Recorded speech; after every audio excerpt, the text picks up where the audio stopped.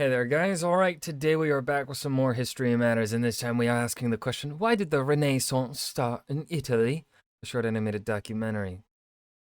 Honestly, I'm assuming it's all has to do with the patrons of the arts. I think it's really the most simplistic and straightforward answer, and I think that's what it's got to be. Um, Now every time I see this is side note, every time I see the word Renaissance, I think of I don't know if anyone else watched this series, but there was this series on art um, hosted by this British abbess, I think she was, Sister Wendy.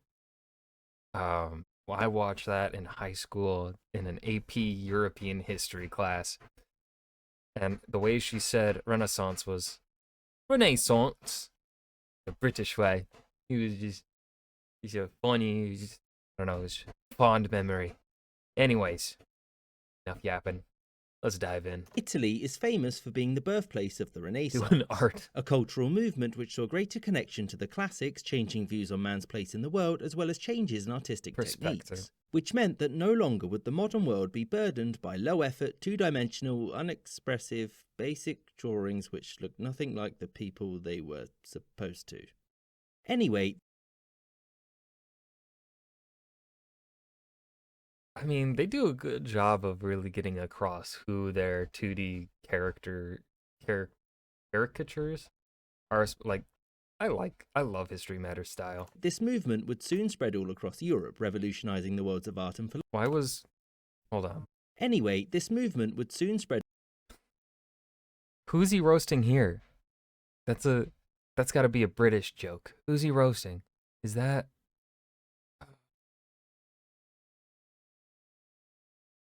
I feel like I know the name of the city, but I am so blanking on what it is. I feel like one of you's gonna comment which city it is. Birmingham? I don't know. All across Europe, revolutionizing the worlds of art and philosophy, but this does raise a question. Why did it begin in Italy? So to answer this, there are four potential reasons which are all fiercely debated. The first of these is that the Renaissance never actually happened. Oh. The argument being that the period just saw a continuation of medieval art and philosophy with some slight changes in subject matter.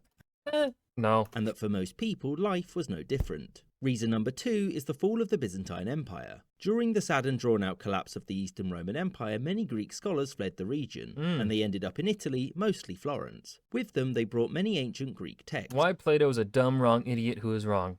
Socrates. As well as some Latin ones which had been lost to the rest of Europe. This increased interest in the classical world, which in turn led to an increased desire for art and philosophy that represented that world. The third reason often posited is that the conditions in Italy during the period were completely unique. Unlike the rest of Europe... Well, I mean, it could be a combination. I certainly believe the second reasoning could it still play, like it could be all of the final three reasons, or well, at least reason 2 and reason 3 here. Northern Italy had managed to establish a long-lasting peace. A previous war between Venice and Milan ended with everyone sort of agreeing to just be cool about it and stop trying to conquer the others. Furthermore, there was a lot of trade between these northern Italian city-states and overseas. This led to the creation of wealthy merchant and banking families who had a lot of money, which, when combined with the savings from not being at war, meant that other things could now be bought. This availability of patronage, combined with close cultural links and nobody wanting to murder you, led to the flourishing of arts and philosophy.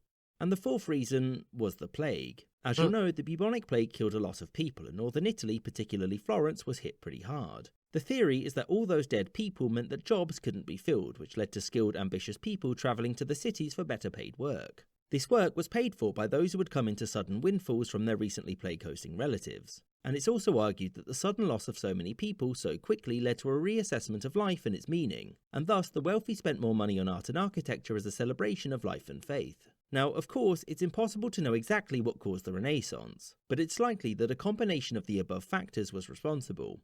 It's almost always a combination of the factors. It is never, ever just like one single thing. It's always a combo.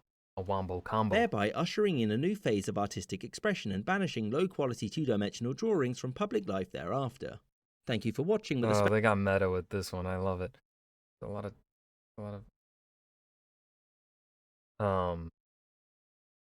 yeah, I think a factor of all three. One thing I will say though, where is it? Yeah, it was right here. Well, kind of. So Black Death, but the Black Death didn't really hit Genoa. Where's Genoa? Is this Genoa? No, this is Milan. This is Genoa. One of these two. Was it Milan or was it Genoa? I think it was Genoa. One of them was very strict on quarantine processes and actually didn't lose, at least proportionally speaking, compared to the rest of Italy, was very much better off than the others. And I would have liked to see that, just a quick little reference about all the other Italian states suffered. One suffered a bit less than the others. something like that. That would have been like a history matters sort of quip. But I enjoyed this video. Short and sweet, very straight to the point here. I like that they mentioned that some people actually say that it didn't happen, which, I mean, I can understand the argument, right, when we look at it from the perspective of the majority, or the common people. One could say farmers, peasants, the people that like make up the majority of life at the time period. But I still think that the Renaissance in particular was significant enough that it did lead to factors that changed the common person's life. Things that I'm not thinking, some reason I am drawing blanks on off the top of my head, but I know they exist. But that'll be this video. I hope you guys enjoyed as well as I did. Remember to hit that like button and subscribe for more. I will see you guys in the next video. Peace.